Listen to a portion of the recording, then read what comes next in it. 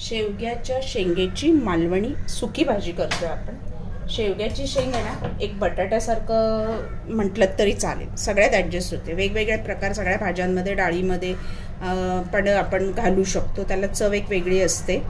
फायबरने भरपूर, जीवनसत्व भरपूर, आयुर्वेदामध्ये सुद्धा शेवग्याची शेंग भरपूर खा असं सांगितलेलं आहे। आता शेवग्याची शेंगची वरची पातळ पातळ साल काढून फोडी करून घेतल्यात, बटाटा घातलाय। आपण आज शेवगा बटाटा बघतोय, शेवग्याच्या शेंगा आणि बटाटा बघतोय। नंतर आपण वेगळ्या त्याच्यामध्ये काही अजून ॲड करून असं बरेच प्रकार आहेत भाज्यांचे शेवग्याची शेंग घालून। आपण हळूहळू, मालवणी भाजी आहे, सुकी आहे, वाटण नाही, ह्याच्यात वाटण घालूनही करतात, अप्रतिम लागते। आता आपण भाजीकडे जाऊया। बटाटे 2 कापलेत, 2 शेंगा घेतल्यात कापून, आणि काय दुसरं घेतलंय ते बनवता सांगते मी, म्हणजे आपला वेळ वाचेल, आपला व्हिडिओ हल्ला।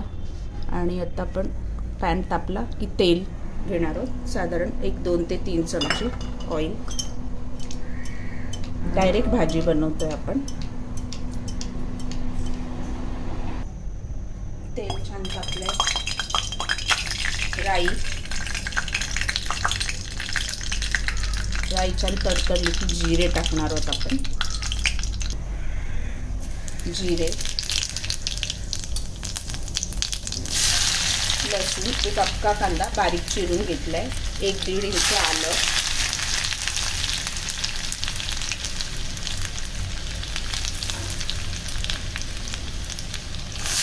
दोन मोठे कांदे। आता कांदा टोमॅटो तुम्ही आवडीनुसार किती कमी जास्त हवा तसं घेऊ शकता। आणि 2 शेंगा, 2 बटाटे घेतलेत मी, त्याला 2 मोठे कांदे घेतले, 2 छोटे टोमॅटो। आता कांदा चांगला लाल होऊ दे, कांदा लाल होईपर्यंत आपण त्याच्यात थोडं मीठ घालूया।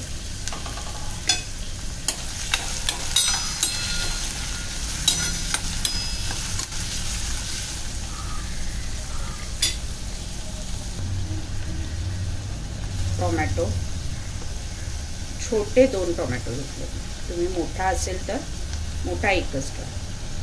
थोडी कैरी घेतली अर्धी, आणि थोडं ओलं खोबरं। आता हे चांगलं परतत राहायचं आहे, मला लाल रंग आला पाहिजे, त्याला टोमॅटो शिजला पाहिजे।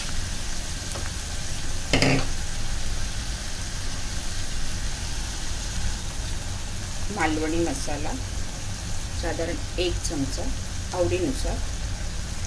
नवीन केलेला तिखट आहे, अंदाज घेऊन।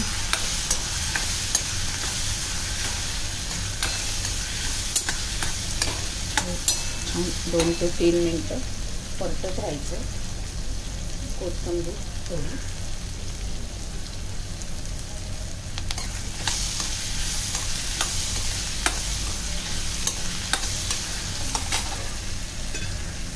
ओलं खोबरं, कैरी आत्ता नाही घालायची, कैरी आधीच घातली ना तर बटाटा आपला शिजणार नाही, शेंग आणि बटाटा, तर कैरी आपण नंतर।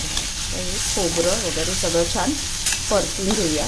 मीठ मी थोडं घातलंय, नंतर मी आपली भाजी चांगली शिजली की चव घेऊन अजून थोडंसं घालणार आहे, साधारण पाव चमचा घातलंय, अजून पाव चमचा मीठ लागेल। आता हे छान परतून घेऊया तेल सुटेपर्यंत।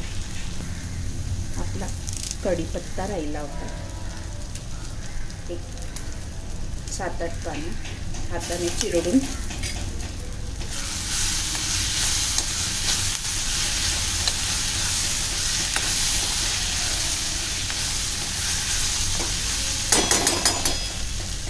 नुसती भाजी जरी खाल्ली ना, मस्त टोमॅटोची चटणी।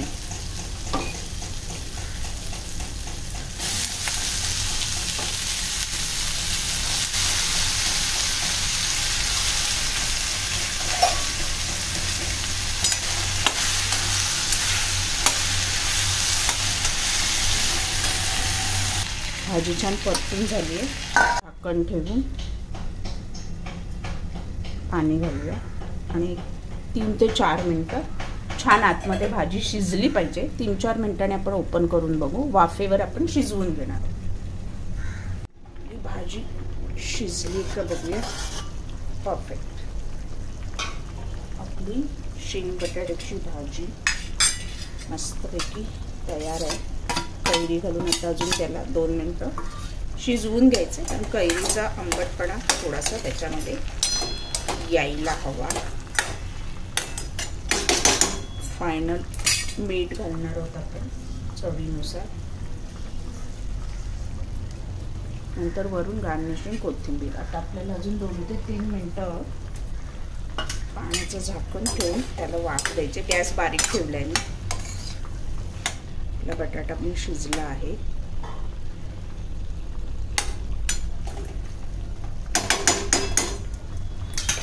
2 ते 3 मिनिटं आपण त्याला वाफ घ्यायची. आपली शेंग बटाटा मालवणी सुकी भाजी रेडी आहे. भाकरी किंवा चपातीवर खाण्यासाठी गार्निशिंग वरून कोथिंबीर करून बघा, खूप छान लागते. मस्त अशी जिभेला चव येते.